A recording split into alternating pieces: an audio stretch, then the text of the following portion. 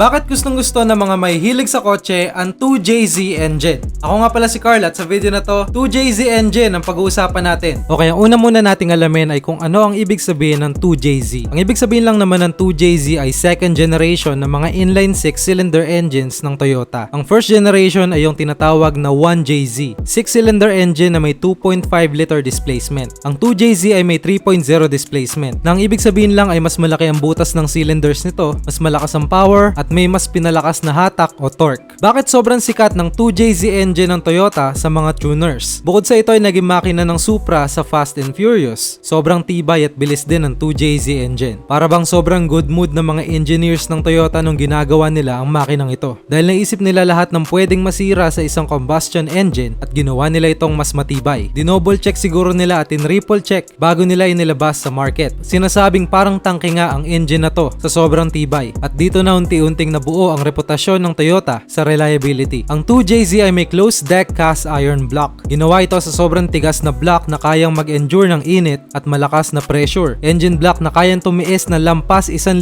horsepower ng pressure. Meron din itong napakatigas at over-engineered forged steel crankshaft, matitibay na caps at bolts, perfectly engineered at matitibay ding connecting rods. Yung mga turbo variations nito, may low compression dish pistons na ginagamit sa racing para mas maging powerful ang makina kapag pinaresa nito ng turbo. Sobrang smooth din ang cooling system nito at merong itong high capacity oil pump na nagbubuga ng langis sa ilalim ng makina para ma-maintain ang lamig at dulas ng mga piston sa high speeds. Ito yung engine na kahit abusuhin mo ng todo, hindi ka susukuan. Ikaskas mo sa asfalto, mag-drift ka ng mag-drift, iakyat mo sa bundok at matatarik na daan, makakasiguro ka na makakauwi ka pa rin ng hindi palyado ang makina mo. Yung ibang gumagawa ng race cars, nagbe-breakdown yung mga makina nila after ng karera dahil hindi naman sila design sa reliability. Di ko alam kung good mood lang talaga yung mga Toyota engineers o sobrang competitive lang talaga nila dahil hindi lang nila binuo ang 2JZ engine para maging mabilis. Palagay ko binuo nila ito para mabuhay ng 1,000 taon. Ito ang apat sa mga variations ng 2JZ engine mula 1992 hanggang 2006. Try nyong wag maboring dahil makakarinig kayo ng mga acronyms na mga tuner nerds lang siguro ang makakaintindi. Pero susubukan ko pa rin i-explain ng maayos. Alam na natin ang meaning ng JZ, pamilya ng mga inline 6-cylinder engine ng Toyota. Ang ibig sabihin ng 2JZ ay second generation JZ engine. Ang ibig sabihin naman ng G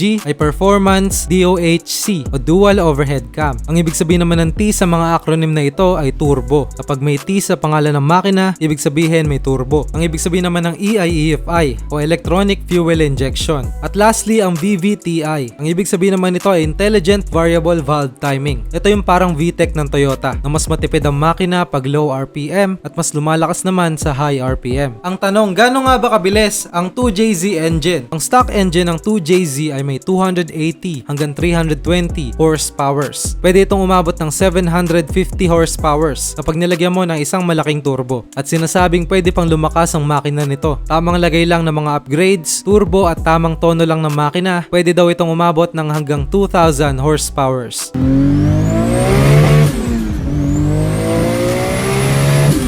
Para bigyan kayo ng comparison, ang mga bagong Bugatti Veyron ngayon ay umaabot lang sa 1,000 hanggang 1,500 horsepowers. Kahit naka-supercar na bago ka pa, kaya ka pa ding pakainin ng alikabok ng mga upgraded 2JZ engine. Tinatawag din itong supercar killer. Yan naman gustong-gusto ng mga tuner at enthusiast ang mga makinang ito. Please share this video at anong masasabi mo sa 2JZ engine? Please comment down below at mag-subscribe ka na din.